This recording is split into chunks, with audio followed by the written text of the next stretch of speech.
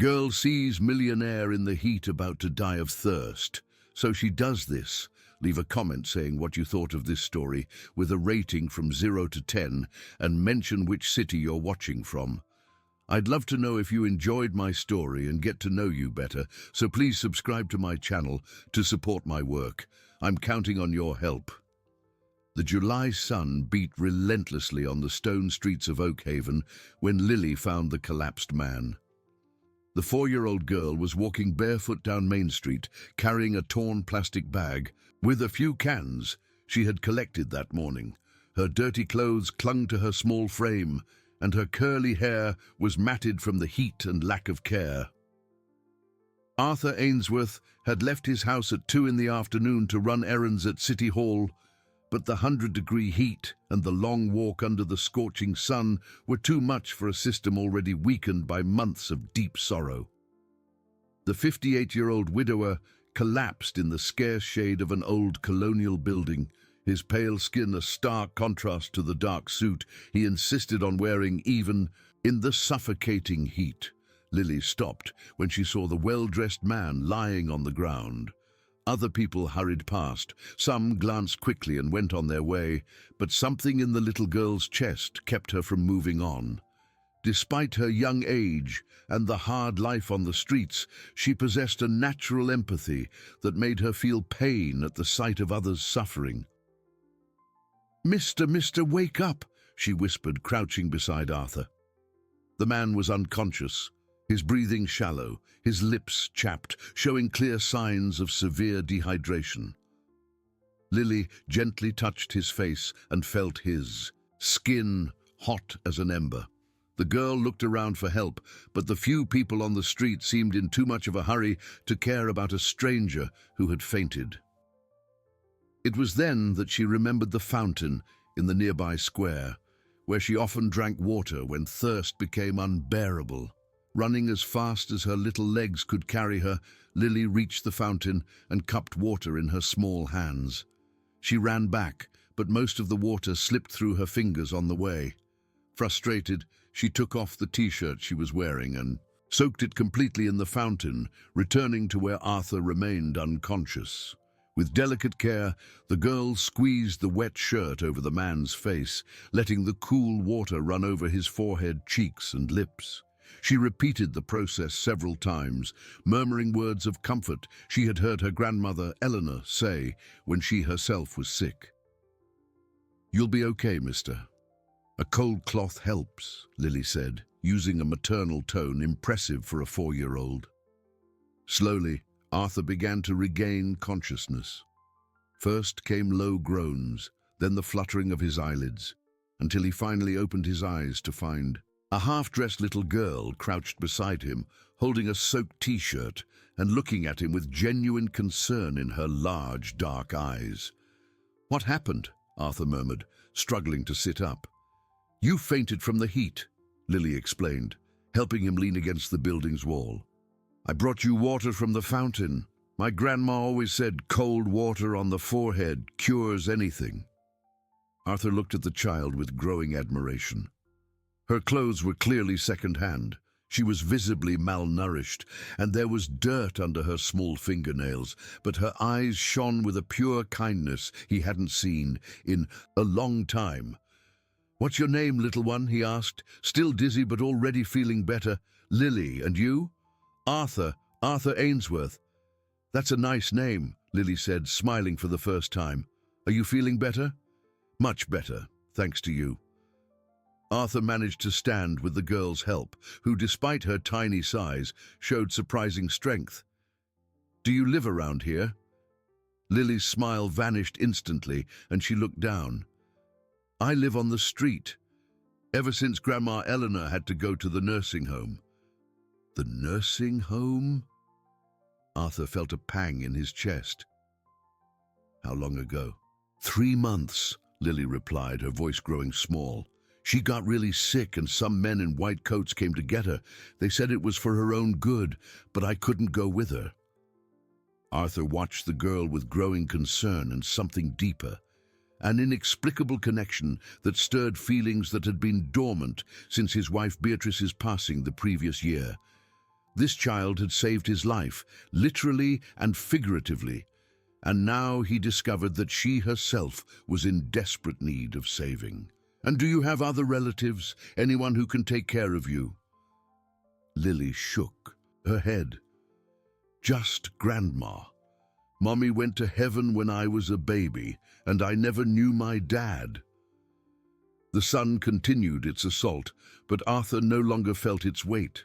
He was completely absorbed by the story of this extraordinary girl who had appeared like an angel in his most vulnerable moment. "Listen, Lily," he said, kneeling to be at her eye level. "What do you say we go get some ice cream and talk about your grandmother? Maybe I can help." Lily's eyes lit up again. "Would you really do that? You're not just being nice because I helped you? I'm serious. You saved my life today, and now I want to return the favor."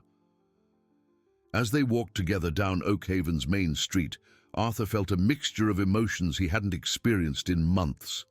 The pain of losing Beatrice was still there, but for the first time since the funeral, there was something else. A purpose, a responsibility, a chance to honor his wife's memory by doing something good. But what Arthur couldn't imagine was that finding Lily's grandmother would be just the beginning of a journey that would reveal disturbing secrets about his own family and change their lives forever. Mrs. Gable's ice cream parlor was on the corner of the town square, a familiar spot for Arthur, who had been going there since childhood.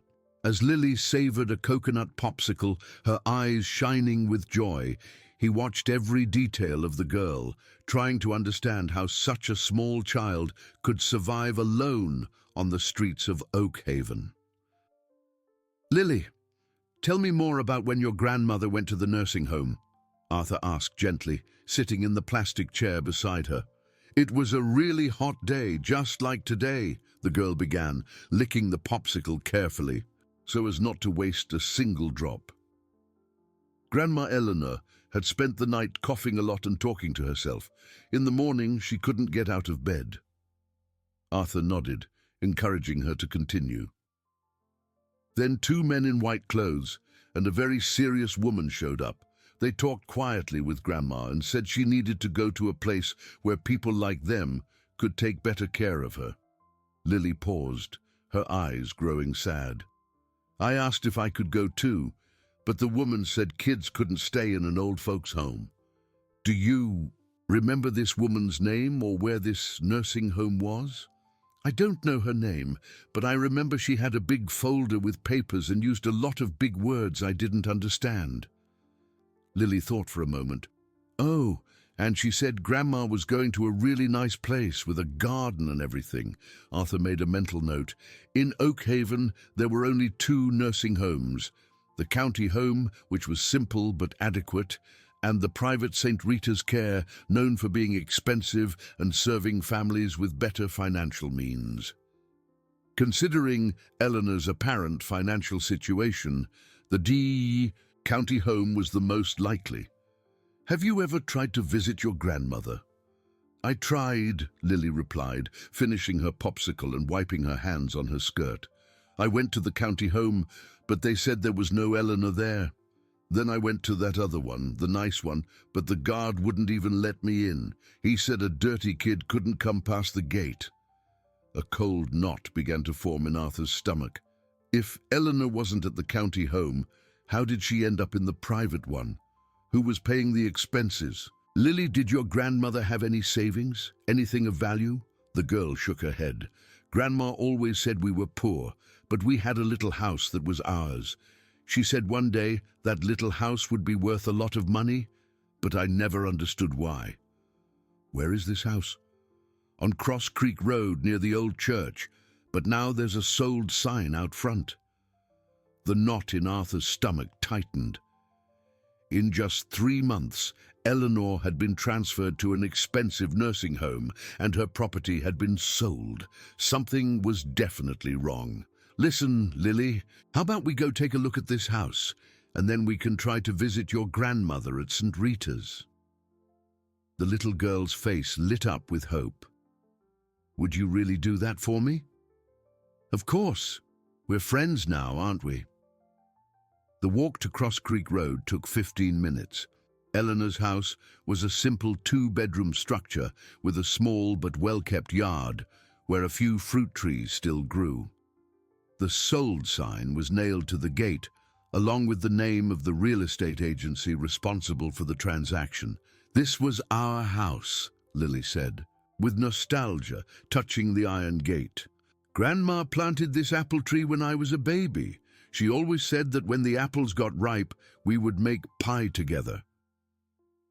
Arthur observed the property with an analytical eye. The house was in good condition, and the lot was generous for the area.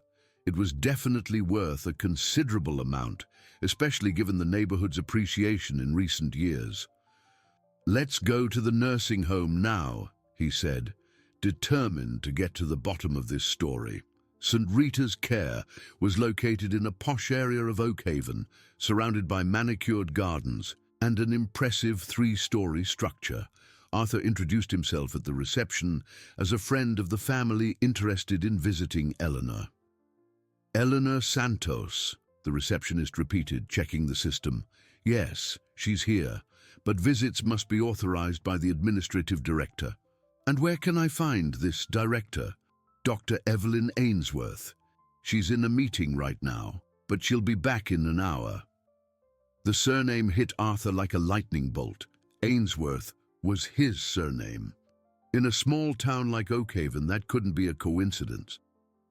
"Evelyn Ainsworth is a relative of mine," he said, trying to keep his voice calm. "I'm Arthur Ainsworth." The receptionist smiled. "Oh, how wonderful. The doctor always speaks of her family. I'll let her know you're here."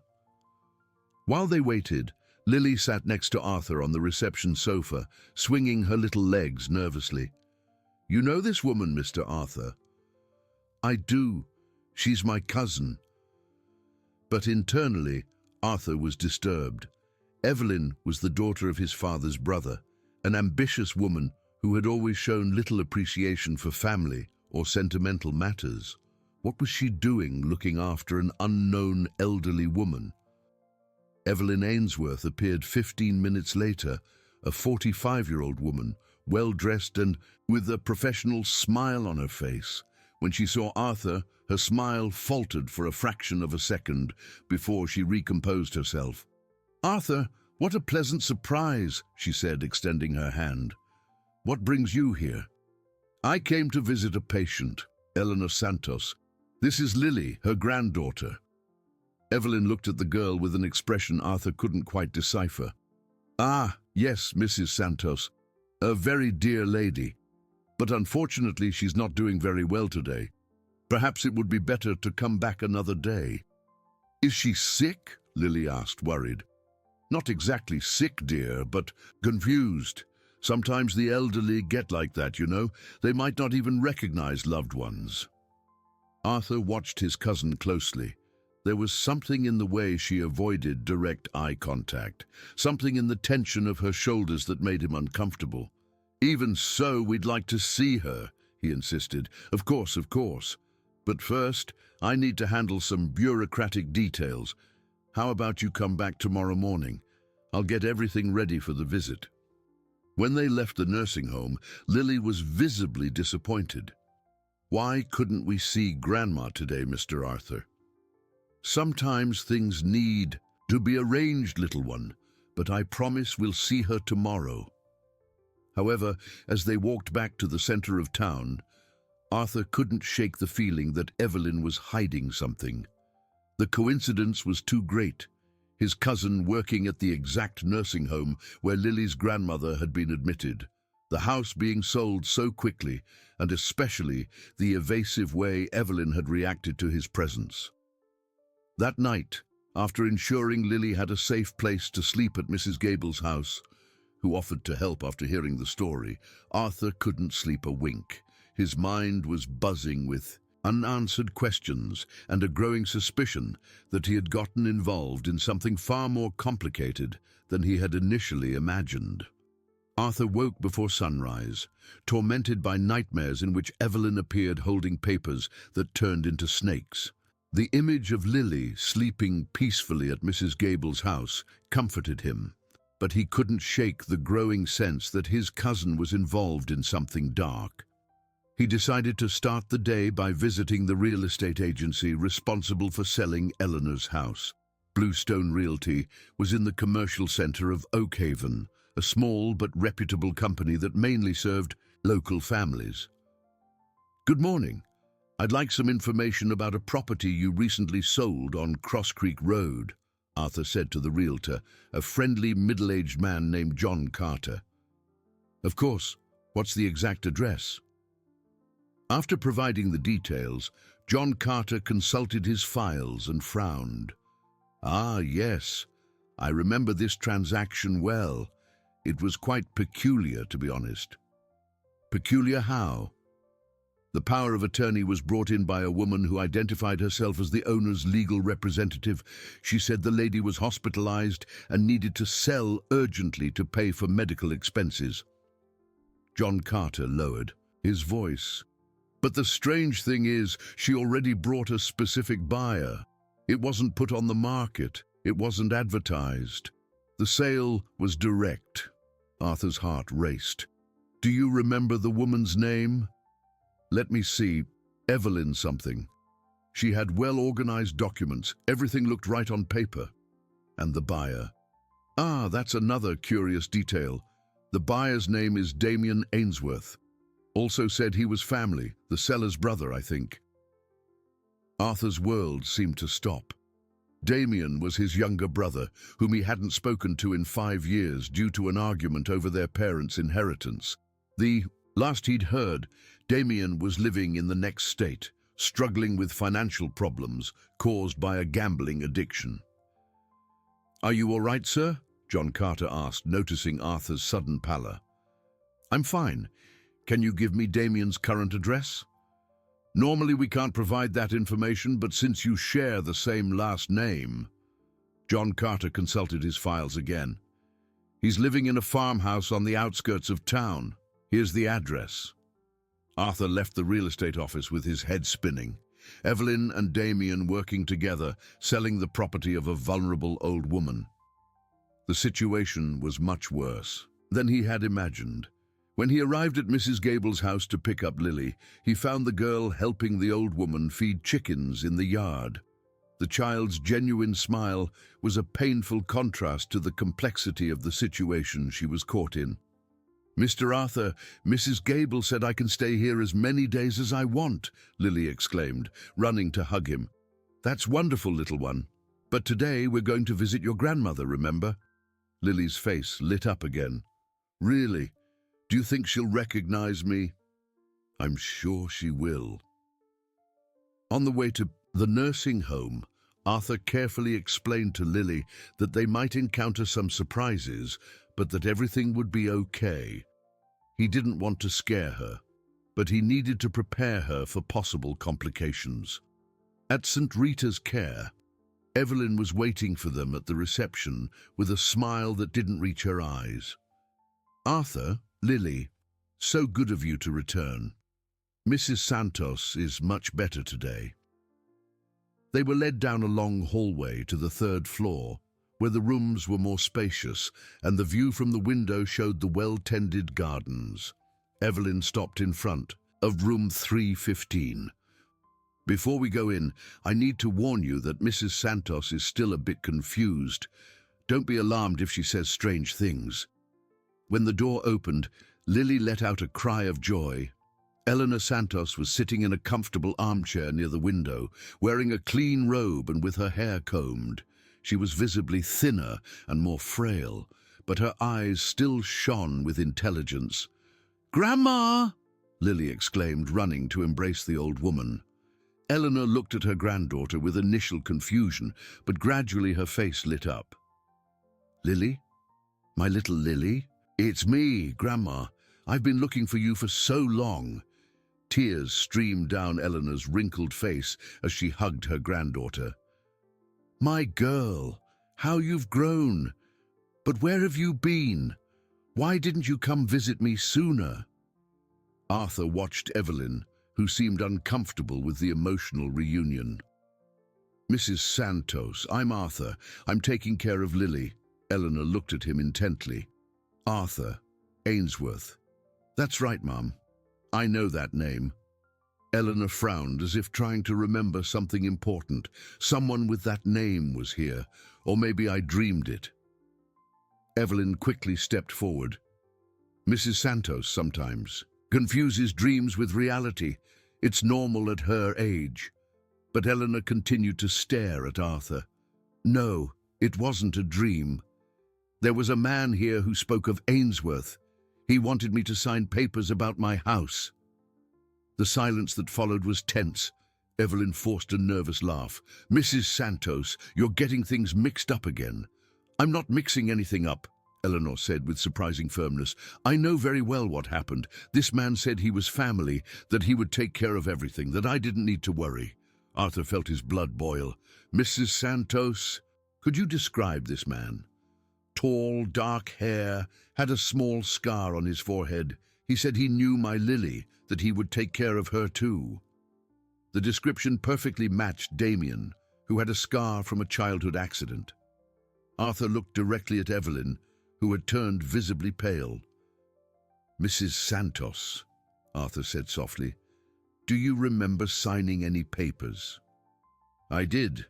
He said it was for my own good, that my house would be sold to pay for my care here. But I didn't want to sell my house. I wanted it to be for my Lily. The old woman's voice broke, and Lily held her hand tightly. Don't worry, Grandma. Mr. Arthur will fix everything. Evelyn tried to intervene. I think we've talked enough for today. Mrs. Santos needs to rest. Actually, Arthur said, his voice taking on a firmer tone, I'd like to have a word with you, Evelyn, in private. I don't think that's necessary. I insist. They left the room, leaving Lily with Eleanor, who had started telling stories from her granddaughter's childhood. In the hallway, Arthur confronted his cousin directly. Evelyn, what's going on here? Why did my brother buy Mrs. Santos's house? And why was she transferred to this nursing home without any family knowing? Evelyn tried to maintain her composure, but her voice trembled slightly. Arthur, you don't understand the situation. Mrs. Santos was unfit to live alone, and her house really needed to be sold to cover the treatment costs.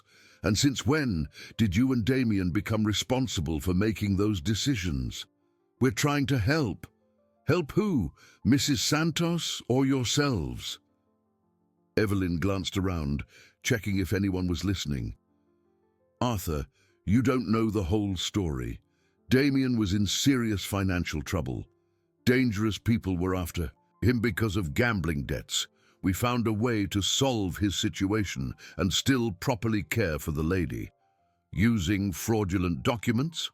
The documents are legitimate. Mrs. Santos signed everything of her own free will. A confused and vulnerable elderly woman cannot make decisions of this magnitude alone. You know that. At that moment, Rosalind, Arthur's secretary, appeared in the nursing home corridor. Her presence there was completely unexpected, and she seemed extremely nervous. Arthur, what are you doing here? She asked, clearly flustered. Rosalind, how did you know I was here?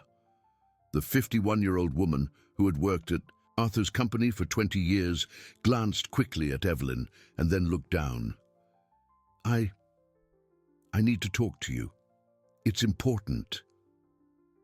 The situation had become even more complex, and Arthur realized he was only scratching the surface of a conspiracy that involved people he had trusted for years. Rosalind led Arthur to a more private corner of the hallway, away from Evelyn, who remained near Eleanor's room. The secretary's tormented expression revealed the weight of something she had been carrying for too long.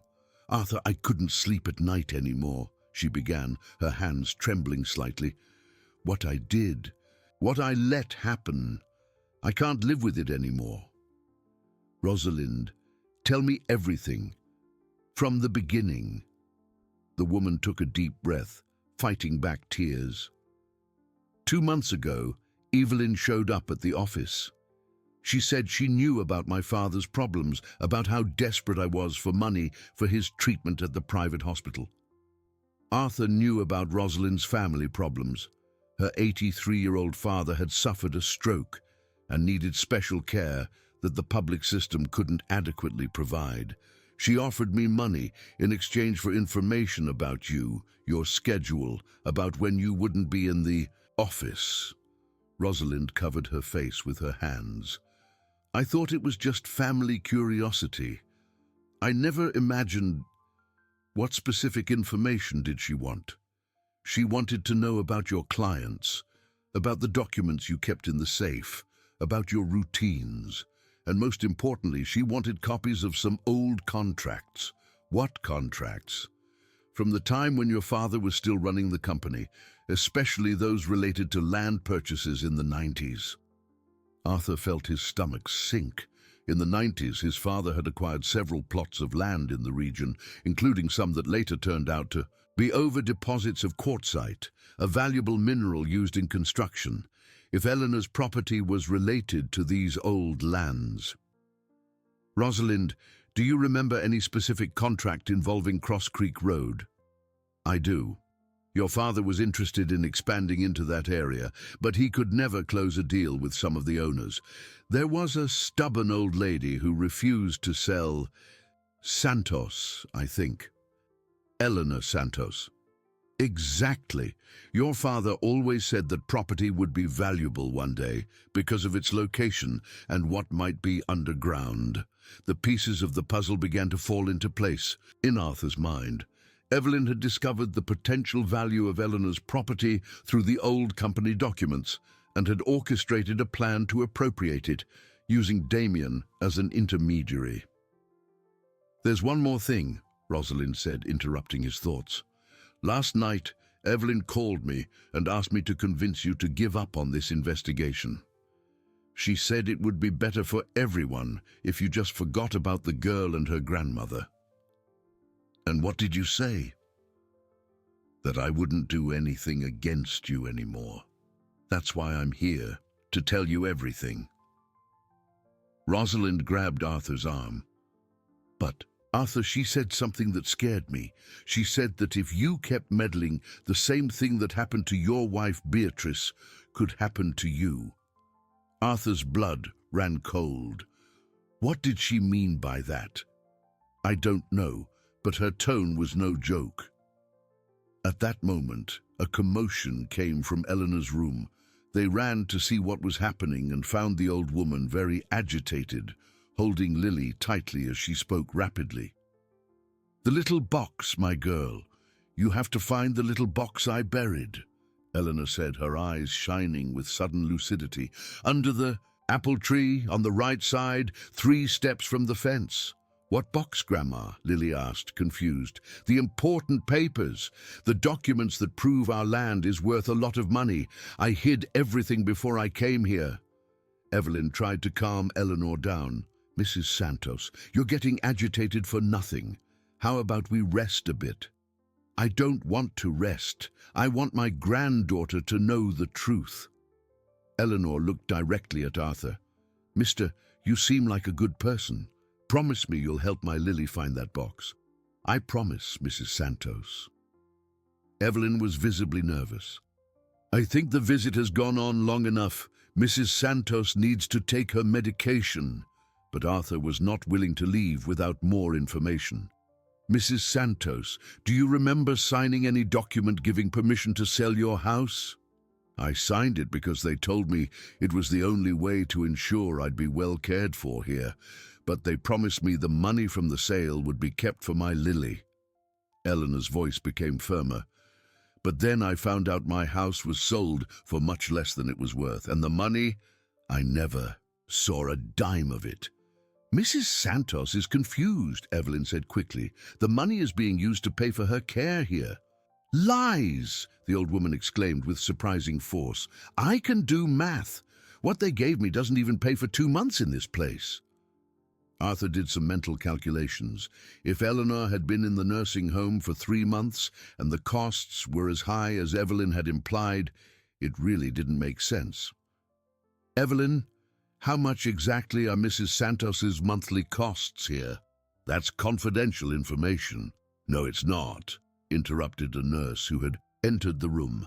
It's $4,000 a month, including medication and physical therapy.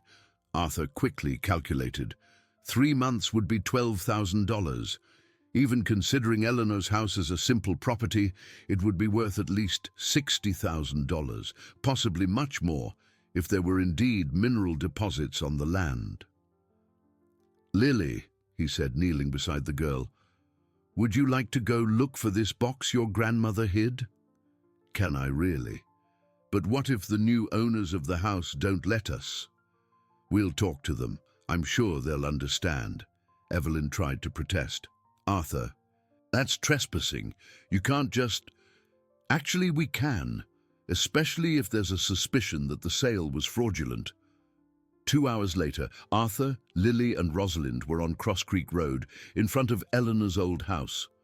To everyone's surprise, the property was completely abandoned. There were no signs that anyone had moved in. "This is very strange," Arthur commented. "Why would someone buy a house and leave it empty?" They hopped the low back fence and went straight to the apple tree Eleanor had mentioned. Lily counted 3 steps from the fence and began to dig with her small hands in the soft earth. "I found something!" she shouted after a few minutes. It was a rusty metal box, the size of a shoebox. Inside, there were documents carefully protected in plastic bags, some old photos, and to everyone's surprise, a handwritten will. Arthur read the will with growing attention. Eleanor had left everything to Lily, but more importantly, there was a specific reference to mineral rights of the property as per verbal agreement with Sebastian Ainsworth in 1995. "Sebastian Ainsworth was my father," Arthur murmured. Eleanor had an agreement with him. Among the papers, they also found an old geological report that confirmed the presence of significant quartzite deposits on the property. Eleanor's land wasn't just worth $60,000, it was worth hundreds of thousands, possibly more than $1 million. "Mr. Arthur, does this mean my grandma is rich?" asked Lily, her big eyes wide. "It means you are rich, little one, and that some very bad people tried to steal what is yours by right." At that moment, Arthur's cell phone rang. It was Damien. "Brother, we need to talk," said his younger brother's tense voice. "About the Santos property. You don't know the whole story." "Then tell me, now. Not over the phone. Come to the farmhouse. And Arthur, come alone." As they headed back to the center of town, Arthur made a decision that would change everything.